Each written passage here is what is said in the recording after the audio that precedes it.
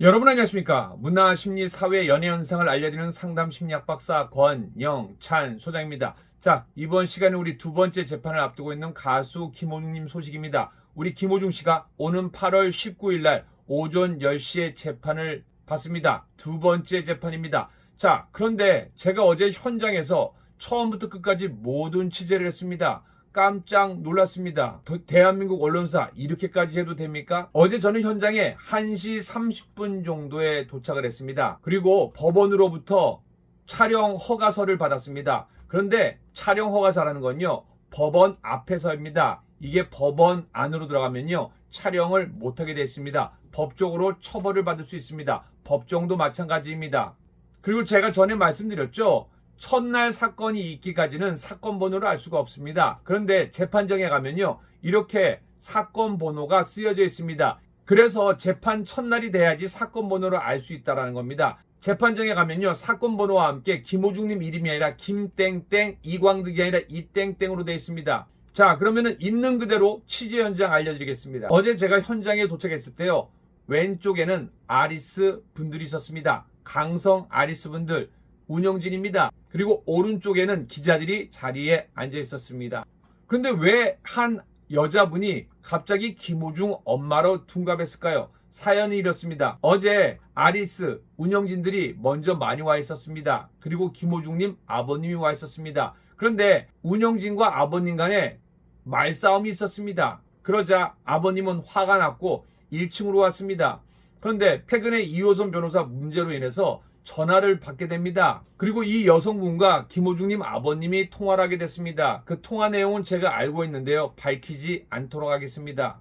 아버님이 화가 난 상태에서 이분도 이날 재판장에 왔습니다. 1층에서 만나게 됐고 자초지정을 듣게 되고 본인이 챙겨주겠다고 올라왔습니다. 재판장에 올라왔는데 왼쪽 편에는 우리 아리스 운영진이 쭉 해서 선착순으로 서 있었습니다. 그리고 오른쪽에 첫 번째 좌석에는 우리 기자들이 앉아 있었습니다. 그리고 두 번째 좌석에 우리 김호중님과 그 여성분이 앉아 있었습니다. 근데 여기서 첫 번째 문제된 거, 아리스 분들이 마스크를 쓴 그 여성을 보고 얼굴이 동글동글하게 생겼는데 혹시 호중 씨 엄마 아니야? 에이, 아니야, 내가 호중 씨 엄마 얼굴 알아.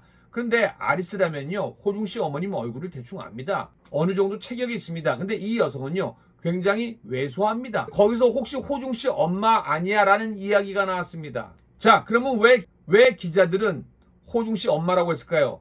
이 여성분이 가만히 있으면 되는데 제가 기자들이랑 같이 있었습니다. 저는 서 있었고 우리 여자 기자분들은 앉아 있었습니다. 근데 이분이 오시더니 제가 보는 앞에서 1m도 안 떨어졌습니다. 저기 죄송한데요, 그냥 있는 그대로만 좀 써주시면 안 되겠어요? 그러면 감사하겠습니다. 그 한마디 말을 남기고 갔습니다. 그런데 이제 법정에 입장을 해야 되는데요, 제가 먼저 남성 세 분이 선착순으로 1, 2, 3번이었습니다. 두 분은 편한 옷을 입고 세 번째 분은 양복을 입었습니다. 저는 혹시 그 중에 소속사 직원이 있을 거라고 봤습니다. 그리고 제 소개를 하고 미안한데 세 명 중에 한 자리만 날 줘라. 그랬더니 서로 따로따로 왔다고 주장을 하더라고요. 그래서 믿을 수밖에 없었습니다. 그 다음 아리스, 왜냐면은 일반인들은 17명까지 들어갈 수 있었습니다. 그래서 운영진 아리스들에게 한 분 한 분 제가 설득에 들어갔습니다. 저 누군지 알죠? 제가 호중 씻고 가는 거 아닙니다. 실드를 치려면 내가 내용을 다 알아야 되는데, 물론 안에서 재판한 내용은 제가 따로 나중에 보고를 받기로 했습니다. 그런데 안에서 판사분의 인상도 좀 보고 싶습니다. 그리고 제가 내용을 정확히 숙지해야지 실드를 칠 수 있을 것 같습니다 라고 해서 한 분 한 분 설득했는데 다들 그냥 고개를 기우뚱 갸우뚱, 그리고 안 될 것 같다고 하고, 한 분은 잠깐 복도로 가서 누구랑 전화 통화하는 것 같았습니다. 그러더니 아무 말도 안 하시더라고요. 그리고 나머지 14분한테 아리스 맞죠? 운영진입니까? 물어봤는데 다들 대답을 안 해주고 어떤 분은 얼굴 이렇게 가리셨어요. 그리고 다들 한 자리만 달라고 제가 애걸복걸을 했습니다. 자리를 안 주셨어요. 그게 다입니다. 그리고 이제 입장 시간이 됐습니다. 한 2시 20분 정도가 됐을까요? 법원 홍보팀에서 나왔습니다. 그래서 기자들과 인사를 하고, 저도 얼굴을 많이 봤으니까 저도 목례만 했습니다. 그분들이 인사를 하기에. 그리고 조용히 있을 때 제가 한 분한테 법원 촬영 허가증을 보여드리면서 저는 외부만 촬영할 수 있게 받았는데 혹시 한 명 들어가면 안 되겠냐라고 했는데 이거는 제가 해드릴 수가 없습니다. 그냥 순서대로 기다렸다가 남는 좌석이 있으면 들어갈 수 있습니다라고 해서 그냥 기다렸습니다. 그리고 먼저 변호사가 4분이 입장을 했습니다. 그리고 법원 관계자가 청원 경찰이 가족들 있습니까? 하니까 아버님이 손을 들었습니다. 그리고 아버님이 들어가는데 그 여성분이 같이 따라 들어갔습니다. 그 여성분은 아버님을 챙겨주고 있었습니다. 아주 간단히 아시는 분입니다. 저도 그 여성분이 누군지 압니다. 그런데 노코멘트 하겠습니다. 그리고 그 여성은 아버님 팔뚝을 이렇게 잡고 갔습니다. 그리고 들어갔습니다. 그리고 이광득과 본부장 그리고 매니저의 가족으로 보이는 또 다른 가족이 한 5명, 6명이 들어갔습니다. 그리고 선착순으로 기다리던 남자 3분과 운영진이 해서 총 또 17분이 들어갔습니다. 그리고 5석이 남았습니다. 근데 이 5석은 가족석이기 때문에 가족석과 관계자석이기 때문에 가족이 안 오면 들어갈 수 있다고 했습니다. 근데 문제는 저는 몰랐습니다. 이 여성이 갑자기 어머니로 탈바꿈하게 된 게 왜 그럴까요? 잠깐 나와서 방송을 했습니다. 그리고 제가 방송을 해드렸습니다. 지금 현재 총 33석의 자리인데 기자 4명이 들어갔고 그리고 아리스 운영진 17명이 들어갔다. 그리고 아버지와 함께 그 여성분 그리고 나머지 가족이 들어갔다. 그런데 거기에 앉아있던 여자 기자분들 정황적인 상황으로 기사를 써버렸습니다.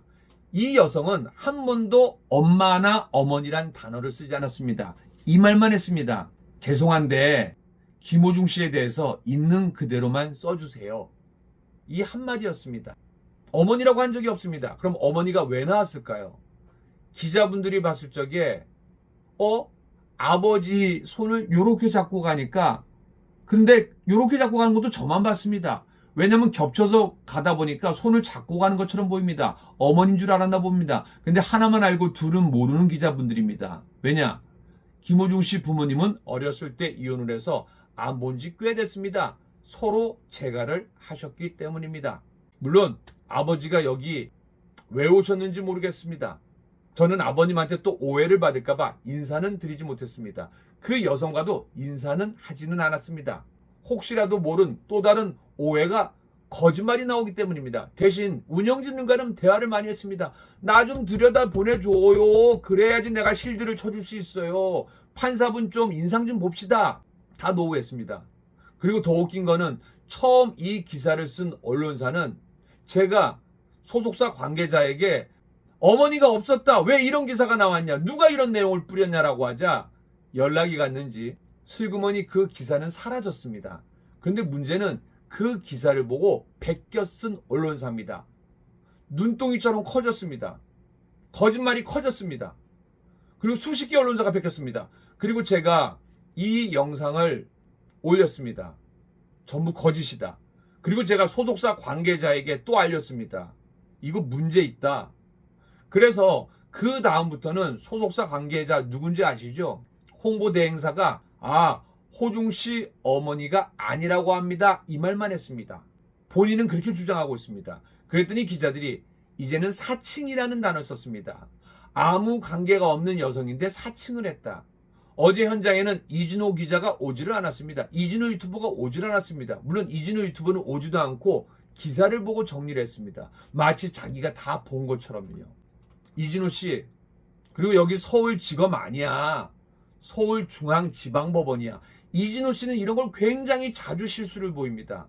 보기보다 그렇게 디테일하고 스마트한 분은 아닌 것 같습니다. 이런 실수가 많이 나옵니다. 이진호, 내가 다시 서부지검에 고소해 줄 거니까 기다려. 안심하긴 일러. 당신이랑 노종원 변호사가 주장한 거짓 주장 내가 다 증거로 이미 제출했는데 내 주장을 안 믿고 당신 변호사 주장을 믿은 거야. 또 한 가지, 이진호는 저에게 무직자라고 했습니다. 풀어서 얘기했습니다. 이 사람은 요즘 아무 일도 없다. 그래서 유튜브만 5시간 한다. 아무 일이 없다. 간단하게 3글자로 무직자입니다. 유튜브만 한다. 제가 그 영상을 올려드렸죠. 이진호 유튜버. 이진호 유튜버가 주장하는 스타일은 이렇습니다. 본인이 현장 가서 취재도 안 하고 기자들의 말만 듣고 기사만 보고. 근데 문제는 이 기사가 오보입니다. 깜짝 놀랐습니다. 오늘 아침 MBN에도 나갔습니다. 야, 아마 여러 방송에 나갔을 겁니다. 이게 대한민국 현실입니다. 다른 기자는 제가 안 깝니다. 이진우 하나는 깝니다. 그리고 제가 안 기자와도 통화를 했습니다. 그리고 이 사실을 알렸습니다. 그리고 본인은 소속사 홍보대행사한테 확인을 했다고 합니다. 그래서 제가 홍보대행사에 다시 전화했습니다. 그리고 정확한 사실을 알렸습니다. 그분은 어머니라고 한 적 없다. 아차. 아버님이 나오면서 자꾸 운영진들이 누구냐고 물어보니까 그냥 이모예요, 이모. 이게 전부입니다. 다시 한번 말씀드립니다. 그분에 대해서 제가 누군지 대충은 알고 있습니다. 근데 노코멘트 하겠습니다. 근데 그분은 호중 씨를 위해서 열일을 하는 분으로 알고 있습니다. 한 기자가 엄마라고 거짓 주장을 했고, 그리고 아버지 손목을 이렇게 잡고 들어갔다고 해서 엄마구나. 아까 그래서 엄마라서 부탁을 했구나. 이런 기자들이 어디 있습니까? 언제 인터뷰를 했습니까? 나랑 같이 기자들이 있었는데. 대박입니다. 진호야. 네가 만드는 방송은 다 이런 식이 아니겠니라고 저는 추측을 합니다. 이진호 씨, 서부지검 가서 제대로 한번 가봅시다. 알았죠? 취재도 안 하고 기자들 기사로 영상을 만드는 이 사람아. 이럴 땐 정청래 국회의원의 말이 떠오릅니다. 오해하지 마시기 바랍니다. 저는 정치 유튜버가 아니기 때문에 아무 정당과 상관없습니다. 저는 대한민국을 흥하고 이롭고 부자로 만든 당에 한 표를 주는 사람입니다.